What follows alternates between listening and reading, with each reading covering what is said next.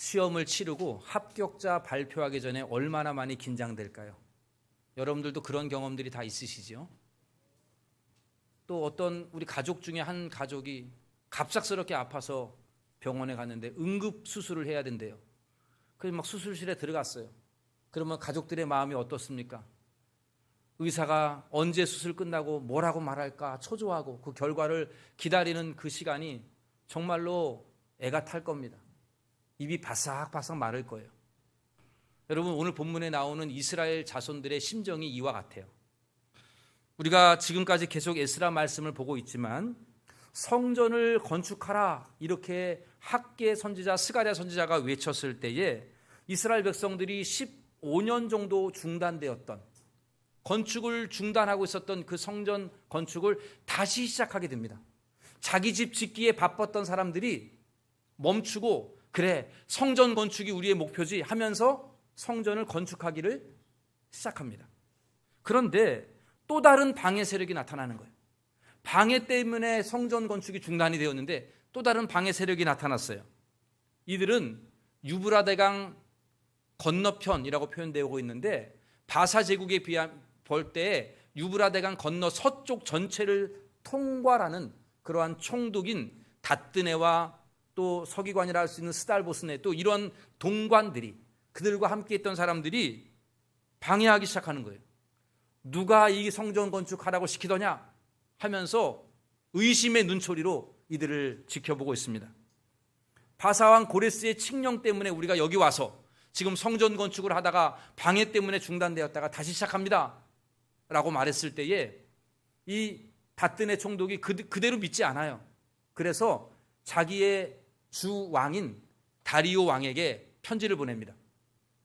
지금 이들이 이렇게 건축하고 있는데 정말로 바사 제국을 세운 고레스가 성전 건축하라고 칙령을 내린 적이 있는지 한번 좀 살펴달라고, 그리고 다리오 왕께서 처분하시는 대로 내가 할 테니까 왕의 뜻을 나에게 알려달라고 이렇게 편지를 보냅니다.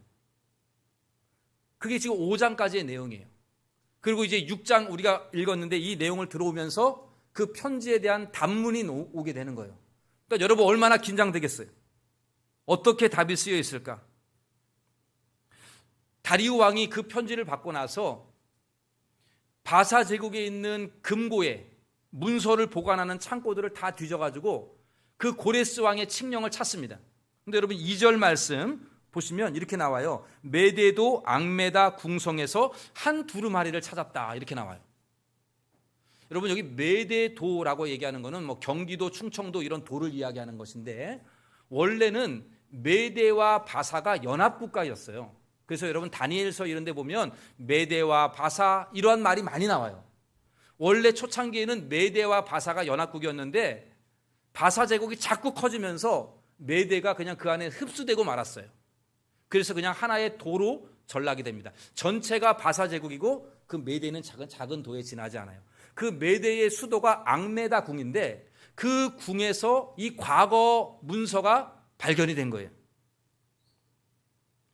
그 내용은 이런 겁니다. 이스라엘 백성들이 예루살렘으로 돌아가서 여호와를 위하여 성전을 건축하게 하라. 이게 명령이에요. 그리고 거기에 들어가는 모든 비용들은 왕실에서 대겠다. 이게 두 번째 내용이고요. 세 번째는 그들이 처음에 바벨론 왕 느부갓네살이 예루살렘을 무너뜨렸을 때에, 성전 무너뜨렸을 때에 가지고 왔던, 탈취해가지고 약탈해가지고 왔던 그 성전의 보물들을 다 돌려줘라. 이게 고레스 왕의 칙령에 들어가 있었던 내용이에요. 성전을 건축하라. 그 비용은 왕실에서 되겠다. 그리고 바벨론 왕이 훔쳐왔던 것, 약탈해왔던 것 다 다시 원위치시켜라. 이 칙령이 발견된 겁니다. 그래서 다리오 왕이 그 과거의 문서를 발견하고 나서 이제 그 다뜨네 총독에게 단문을 보내는 게 오늘 6장 1절부터 시작이 됩니다. 내용은 이런 거예요. 여러분 7절 말씀을 한번 보시면 같이 한번 읽어봅시다. 7절은 하나님의 성전 공사를 막지 말고 유다 총독과 장로들이 하나님의 이 성전을 제자리. 여러분 성전 건축을 막으라는 거예요? 막지 말라는 거예요? 막지 말아라 이렇게 명령을 내립니다. 8절에 가보면은 왕의 재산 중에서 세금 거둔 것 중에 성전 건축에 필요한 것들은 계속해서 경비를 대줘라. 그리고 하나 더 조서에 쓰는데 9절 보면 하나님 앞에 제사를 드리는데 필요한 제물들은 너희들이 계속해서 날마다 지원해줘라. 이렇게 세 가지 조서를 내려보냅니다. 첫째, 건축하는 거 막지 말아라. 두 번째, 필요한 경비들 너희들 거둔 세금 중에서 계속 대줘라. 세 번째, 성전에서 제사 드리도록 제물들, 가축들 이런 거 끊임없이 매일같이 제공해줘라. 여러분, 지금 이스라엘 자손들은 이 조서가 오기 전까지는 수험생의 합격자 발표 기다리는 것처럼, 수술을 하고 있는 가족을 애타게 기다리고 있는, 결과를 기다리고 있는 가족들처럼 긴장되었을 것이, 혹시 지난번처럼 다리오 왕이 성전 막아라 이렇게 명령하면 어떠지? 혹시 분노하여서 왜 성전 건축 막았던 걸 또 시작하는 거야 하면서 우리를 향하여 벌을 내리시면 어떨까? 이러한 걱정들이 있었는데 그 결과는 어때요, 여러분? 너무도 놀라운 결과예요. 막지 말아라. 이전에는 막아라 그랬는데 막지 말아라. 비용도 다 대라. 그리고 제사 드리도록 제물도 다 갖다 줘라. 파격적인 지원이에요. 이스라엘 자손들이 기뻤을까요? 슬펐을까요? 기뻤겠죠.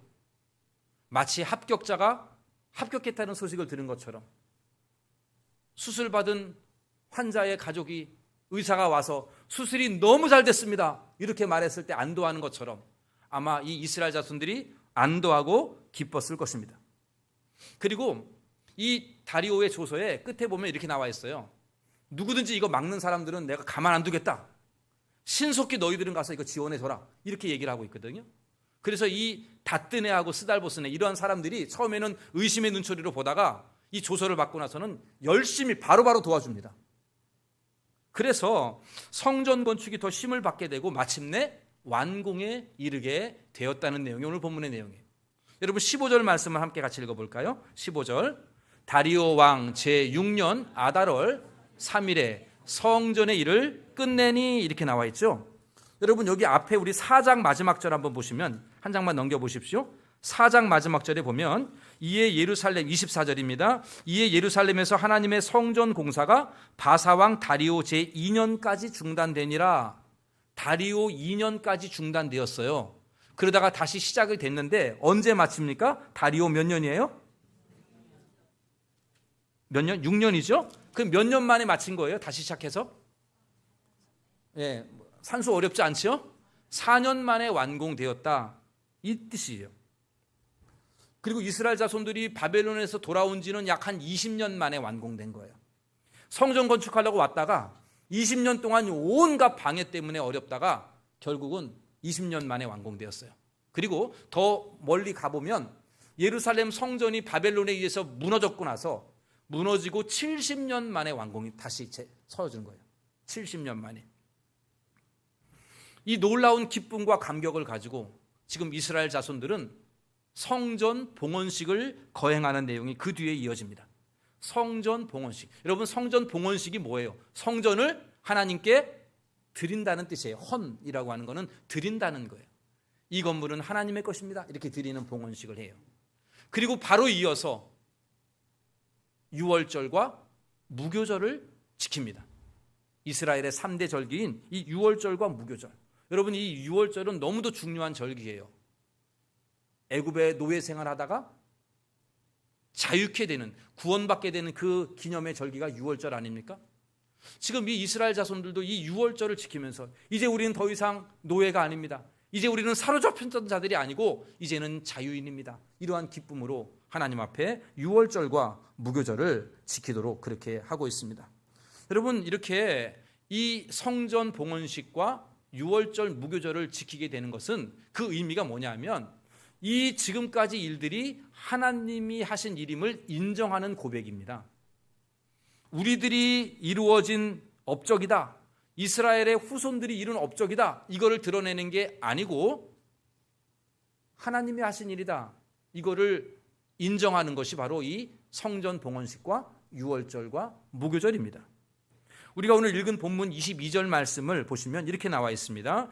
즐거움으로 이랫동안 무교절을 지켰으니 이는 왜냐하면 이런 뜻이죠. 여호와께서 그들을 즐겁게 하시고 그랬어요. 여호와께서 그들을 즐겁게 하시고, 이 말은 뭐냐면 고레스를 비롯해서 모든 사람들의 마음을 감동시켰다는 뜻이에요. 자원하는 마음으로, 억지로 끌려가는 강제 노동이 아니라 즐거움으로 이 건물을 지을 수 있도록 마음을 즐겁게 하셨다는 거예요. 감동시켰다는 것이죠. 그리고 그 뒤에 보면은, 이어서 보면 이렇게 나와 있죠.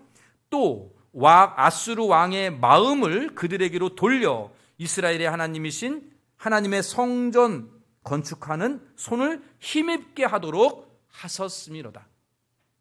왕의 마음을 돌려서 성전 건축에 힘을 보태도록 만들었다는 거죠. 누가 이렇게 했다는 거죠? 여호와 하나님이 그렇게 하셨다. 우리 사람들의 마음을 즐겁게 하셨고, 왕의 마음을 움직여서 성전 건축에 더욱 드라이브를, 박차를 가하게 만드셨다. 하나님이 그렇게 하셨다. 이러한 고백인 것이죠. 사랑하는 성도 여러분, 이러한 이스라엘 자손들의 고백은 하나님을 믿고 섬기는 오늘날 저와 여러분들의 고백이 되어야만 합니다. 여러분, 우리의 하는 모든 일들이 내가 한 게 아니고 하나님이 하신 것임을 인정할 수가 있어야 한다는 것이에요. 여호와께서 집을 세우지 아니하면 세우는 자의 수고가 헛되고, 여호와께서 성을 세우지 아니하시면 파수꾼에 깨어 있음이 허사로다. 하나님이 세우시는 거예요. 하나님이. 여러분, 이게 우리의 고백이 되어야 합니다. 하나님은 영이시기 때문에 우리 눈에 보이지 않아요. 그러다 보니까 사람들이 어떤 생각을 하냐면 하나님이 아무것도 안 하시는 것 같아요. 심지어는 하나님의 존재 자체도 의심하죠. 그러나 우리 믿음의 사람들은 다릅니다. 우리 하나님을 믿는 사람들은 눈에 보이지 않지만 하나님이 지금도 살아계시고 우리와 함께 하시고 지금도 통치하시고 역사하신다는 사실을 잊지 말아야 합니다.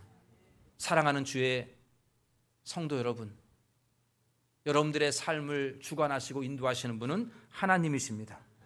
하나님이 여러분들의 마음을 감동감화시키시고 하나님이 우리의 마음을 새롭게 하셔서 하나님의 뜻을 이루어 가심을 명심하시기를 바랍니다. 내가 의지를 가지고 하는 것이 아니고 하나님이 하시는 일입니다. 여러분들이 지금까지 왔던 모든 삶의 순간순간들은 하나님의 도우심을 항상 잊지 않고 고백할 수 있기를 바랍니다. 잠언 말씀을 한번 보면 21장 1절에 이렇게 나와 있어요. 같이 읽어봅시다. 왕의 마음이 여호와의 손에 있음이 마치 봇물과 같아서 그가 의미로. 여러분, 왕의 마음이 누구에 있다는 거예요?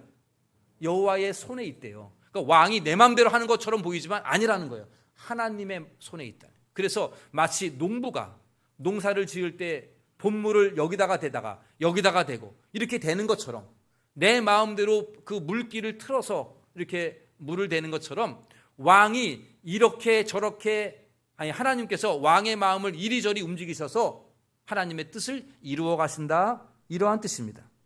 그렇습니다. 하나님은 사람의 마음을 감화하시고 하나님의 뜻대로 이끌어 가시는 하나님이십니다.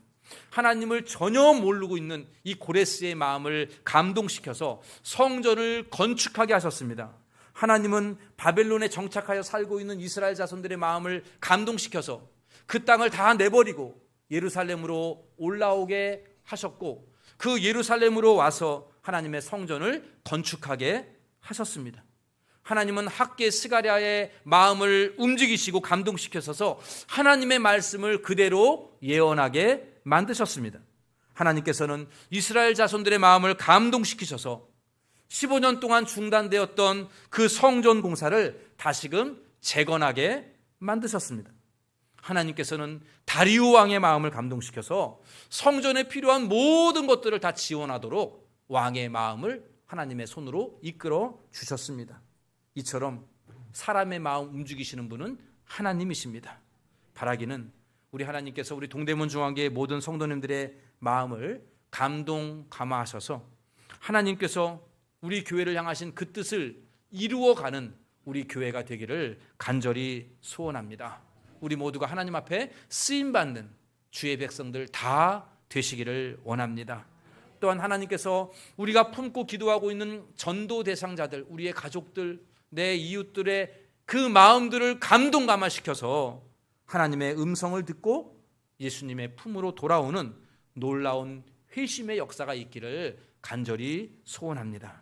바라기는 날마다 성령 하나님의 감동 감화하심을 간구하며 하나님이 기뻐하시는 뜻대로 인도함을 받아 여러분들의 삶이 길이 열리는 놀라운 은혜가 있기를 간절히 소원합니다.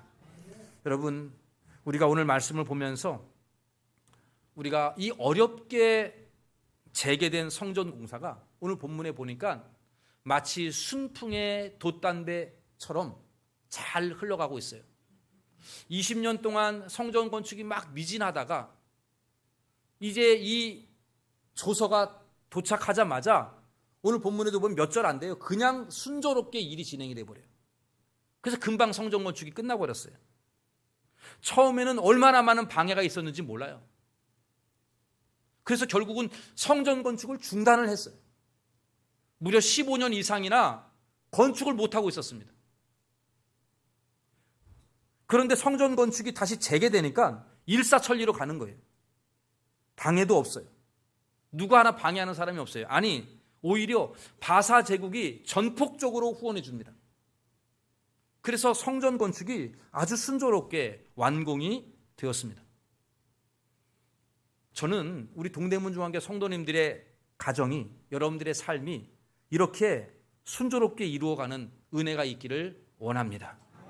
방해도 막힘도 없이 하나님께서 우리 교회와 여러분들의 가정과 여러분들의 삶이 하나님의 뜻 가운데에 마치 순풍의 돛담배가 그냥 가만히 있어도 가는 것처럼 여러분들의 인생이 그렇게 놀랍게 풀려가기를 간절히 축원합니다. 막혀있는 삶의 문이 열리는 역사가 있기를 원합니다. 여러분, 우리가 여기 아멘이시죠? 그 아멘의 마음을 가지고 있는데 여기에서 우리가 한 가지 꼭 기억해야 될 게 있어요.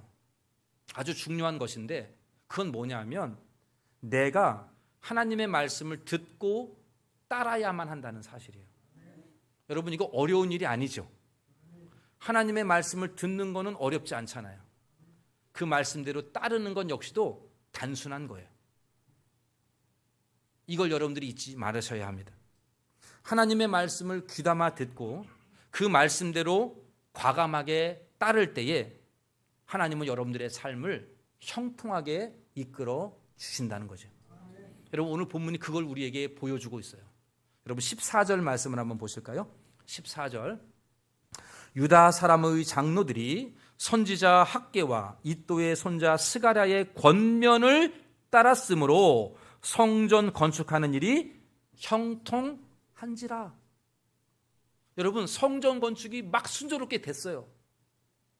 어떻게 했기 때문에 이들이 학개, 스가랴 선지자의 권면의 말을, 너희들 지금 너희 집 짓는 데만 열을 올리고 있구나, 성전 건축하라, 이 말을 귀담아 듣고 따랐기 때문에 순조롭게 되었다고요. 여러분, 이 말씀에 따랐을 때에 많은 방해들도 있었어요. 어려움도 있었고요. 그러나 하나님을 전혀 모르는 이방의 왕들까지의 마음을 완전히 사로잡아가지고 이 성전 건축을 순조롭게 완성하도록 그렇게 역사하신 것입니다. 사랑하는 성도 여러분, 묻겠습니다. 여러분의 삶이 하나님의 은혜로 형통하기를 바라십니까? 여러분들의 가정이 하나님의 은혜로 형통하기를 바라십니까? 여러분들의 자녀가 하나님의 은혜로 형통하기를 바라십니까? 말씀에 귀담아 들으시기를 바랍니다. 그 말씀에 과감히 순종하시기를 바랍니다. 여러분, 저와 같은 오랫도록 모태신앙인 사람들의 제일 약점이 뭐냐면 하나님의 말씀을 우습게 여기는 거예요. 하나님의 말씀이 너무 우스운 거예요. 지금 여러분 중국이나 저 북한이나 이런 선교지에 가면 성경 한 구절 그 쪽복음 들으려고 그렇게 애를 쓴다는 거 아니에요. 성경이 없어서 성경책 좀 보내달라 그래요. 근데 우리 대한민국은 성경책이 차고 넘쳐요.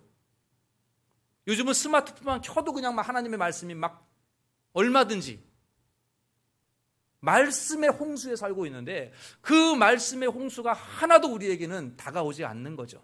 어쩌면 귀찮게 여길 때가 있다는 거죠. 주식 정보하고 하나님의 말씀하고 어떤 게 더 귀한 거예요? 맞습니까, 여러분? 하나님의 말씀을 귀히 여길 줄 알고 귀담아 들을 줄 알아야 한다는 거예요. 제가 강원도 시골 출신이지만 서울에서 30년 살았거든요. 물론 시골 사람이긴 해요, 여전히. 근데 서울의 지리를 이제는 많이 알겠어요. 그 복잡한 서울 지리를 알겠어요. 저희 시골에서 이렇게 가족들이 오면 어떻게 이렇게 길을 잘 알아? 이러는데 우스워요. 별거 아니에요. 특히 이 왕십리 이 일대는 거의 다 알겠어요. 이제는 강북 지역은 택시 운전해도 될 것 같아요. 잘 알아요. 근데 여러분, 그런데도 불구하고 요즘은 운전을 하게 되면 그냥 스마트폰 자유롭게 그냥 내비게이션 켜버려요. 왜 그런 줄 아세요? 내가 아는 길 가도 되는데, 안 켜도 되는데 그거 켜고 가야만이 빠르고 정확하고 안전한 길을 쉽게 찾을 수가 있기 때문에 그래요. 많은 뼈저린 경험을 했어요. 내 마음대로 갔거든요. 내비게이션에 안내해도 아니야, 여기 내가 잘 알아. 그리고 가요. 가면 여지 없어요. 그냥 막혀버려요.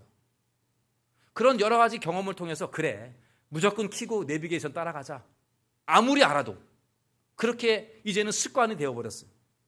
여러분, 인생도 마찬가지입니다. 여러분들이 지금까지 살아왔던 삶의 많은 경험들을 통해서 그 배운 인생의 노하우를 가지고 살아가는 사람들이 부지기수예요. 하나님의 말씀보다는 내 경험과 내 판단을 더 앞세운다는 거예요. 왜요? 내가 경험했던 것이고 내가 지금까지 수십 년 살아오면서 체득했던 인생의 노하우니까요. 그러나 여러분들이 알고 있는 지식들과 경험들은 온전하지가 않아요. 더 엄격하게 말씀을 드리면 여러분들이 알고 있는 지식들은 함정이 많이 있습니다. 믿을 만한 것이 되지 못한다는 거예요. 죄송한 말씀이지만 여러분, 여기 나이 많이 드신 분들, 이 인생에 이제 7, 80 넘어가시는 분들, 이제는 인생의 뭔지를 다 알고 있는 분들, 죄송하지만 여러분들 알고 있는 것이 전부가 아닙니다. 진리가 아닙니다. 얼마든지 사탄이 여러분들을 잘못된 길로 인도할 여지가 너무도 많이 있어요. 우리는 이것을 인정할 줄 알아야 돼요. 내가 가지고 있는 경험들은 오류가 많아요. 바른 길이 아닐 수 있습니다. 오직 하나님의 말씀만이 진리이심을 믿으시기를 바랍니다. 하나님의 말씀은 언제나 최고이고 언제나 최선임을 믿으시기를 바랍니다. 말씀대로 살아가는 것이 늦는 게 아니라 그게 빠른 길이에요. 말씀대로 살아가는 것이 쾌쾌 묵은 사람이 아니라 그게 정말 지혜로운 사람이라는 거죠. 그러기에 우리는 항상 하나님의 말씀을 귀담아 듣고 그 말씀이 안내하는 대로 따라 살아야 합니다. 그게 형통한 길이고 그게 바른 길이고 진리의 길이고 빠른 길입니다. 여러분, 우리가 잘 아는 시편 1편 1절에서의 3절 말씀을 여러분들이 외우시기도 할 텐데 한번 제가 읽어보도록 하죠. 복 있는 사람은 악인들의 꾀를 따르지 아니하며 죄인들의 길에 서지 아니하며 오직 오만한 자들의 자리에 앉지 아니하고 오직 여호와의 율법을 즐거워하여 그의 율법을 주야로 묵상하는도다. 3절 같이 읽겠습니다. 그는 시냇가에 심은 나무가 열매를 맺으며 그 잎사귀가 마르지 아니함 같으니 그가 하는 모든 일이 다 형통하리로다. 아멘. 여기 그가 누구예요? 하나님이 하는 일이 형통한 거예요? 성경을 잘 보셔야 돼요. 여기 3절 앞에 그는 시냇가에 심은 나무잖아요. 또 그가 하는 일이 모든 일이 형통하대요. 그가 누군데? 2절에 나와요. 2절 다시 한번 돌려주실래요? 같이 읽어보겠습니다. 오직 여호와의 율법을 즐거워하여 그의 율법을 주야로 뭐하는 사람? 하나님의 말씀을 즐거워하고 묵상하는 사람이 그가 하는 모든 일이 다 어떻게 된다는 거예요? 형통하다는 거예요. 시편 128편도 한번 볼까요? 시편 128편 1절 여호와를 경외하며 그의 길을 걷는 자마다 복이 있도다. 2절 같이 읽겠습니다. 내가 내 손이 수고한 대로 먹을 것이라. 내가 복되고 형통하리로다. 누가요? 어떤 사람이? 1절이에요. 여호와를 경외하며 그의 길을 걷는 자가. 시편 1편하고 시편 128편을 합쳐보면 이런 거예요. 하나님의 말씀을 주야로 즐거워하고 주야로 묵상하며 하나님의 말씀대로 길을 걸어가는 사람이 복되고 형통하다. 이렇게 말씀하고 있는 거죠. 사랑하는 동대문 중앙교 성도 여러분, 여러분의 인생의 답은 제게도 없고요, 아무리 좋은 지혜로운 지혜자를 만나도 답이 없어요. 인터넷 찾아봐도 답이 없어요. 여러분들의 인생의 정답은 하나님의 말씀에 있음을 명심하시기 바랍니다. 여러분의 가정의 정답은 어디에 있습니까? 하나님의 말씀에 있습니다. 하나님의 말씀을 가까이 하셔야 돼요. 그 말씀을 귀담아 들으셔야 합니다. 말씀을 과감하게 행하시기를 바랍니다. 저는 예전부터 하나님의 말씀 들어라는 것을 귀에 딱지 않게 들었어요. 그럼 제가 생각하는 건 뭐냐 하면, 그러면 다시 창세기부터 읽으란 얘기인가? 뭐 이런 생각이 들더라고요. 그래서 제가 여러분들에게 말씀을 드리는데, 하나님의 말씀을 가까이 하라. 그러면 가까이 한번 해보자. 그럴 때 여러분 마태복음 5장 한번 읽어보세요. 5장부터 7장까지 예수님의 설교 말씀이거든요. 산상수훈. 이것부터 한번 좀 읽어보십시오. 하나님의 말씀을 즐거워하고 그 말씀을 귀담아 듣고 또한 그 말씀대로 실행하기를 원하신다면 성경 전체를 보는 게 좋지만 제일 먼저 마태복음 5장에서 7장까지 산상수훈만큼이라도 좀 읽어보십시오. 그거 읽고 그거대로 한번 살아보도록 과감하게 한번 실천해 보십시오. 그리고 나서 하나님이 이루시는 계획들, 하나님이 이루시는 열매들을 보기를 원합니다. 사랑하는 동대문 중앙교 성도 여러분, 오늘 우리는 성전 건축이 그냥 순풍에 돛단 배처럼 형통하게 진행되어서 완공된 것을 보았습니다. 하나님의 역사였습니다. 하나님이 하신 일이었습니다. 그런데 여러분, 이스라엘 백성들은 가만히 있는 게 아니었어요. 그 말씀에 귀담아 듣고 따라서 행했습니다. 그래서 형통케 되었어요. 이스라엘 백성들을 칭찬할 것은 없지만, 그들의 노력들을 우리가 하나님의 역사에 비할 수는 없지만, 우리가 여기서 배울 수 있는 것은 하나님의 말씀을 귀담아 듣는 게 답이다. 우리 인생의 답은 하나님의 말씀에 있다. 내 인생의 답은 하나님의 말씀에 있다. 여러분, 이거 기억하시고 말씀을 귀히 여기시며 그 말씀대로 과감하게 실천하셔서 여러분들의 삶에 하나님께서 놀라운 복과 형통의 은혜를 주시기를 주님의 이름으로 간절히 축원합니다. 기도하겠습니다. 하나님 아버지, 이스라엘 백성들이 그토록 고대하던 성전 재건을 감격적으로 완공하고 성전 봉헌식과 유월절과 무교절을 지키며 하나님의 은혜를 찬송했던 것을 보았습니다. 주님, 저희들이 지금까지의 삶이 하나님의 은혜였음을 고백하며 영광을 돌립니다.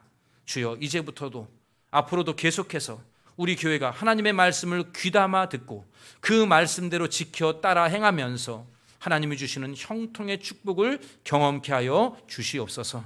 아버지, 인생의 여러 가지 많은 갈림길과 막혀있는 담 앞에서 좌절하고 또한 괴로워하고 어떻게 해야 될지 고민하고 있는 심령들이 있다면 성령 하나님, 우리의 마음을 감동감하여 주시어서 하나님의 말씀으로 돌아가게 하시고 말씀을 읽을 때에 그 지혜의 길을 열어주시고 그 말씀이 우리의 길을 비추시는 능력이 되게 하여 주시어서 우리 교회가 말씀을 통하여 해답을 찾고 말씀을 따라 실행할 때에 놀라운 복을 누리게 하여 주시옵소서. 모든 말씀 예수님의 이름으로 기도하옵나이다.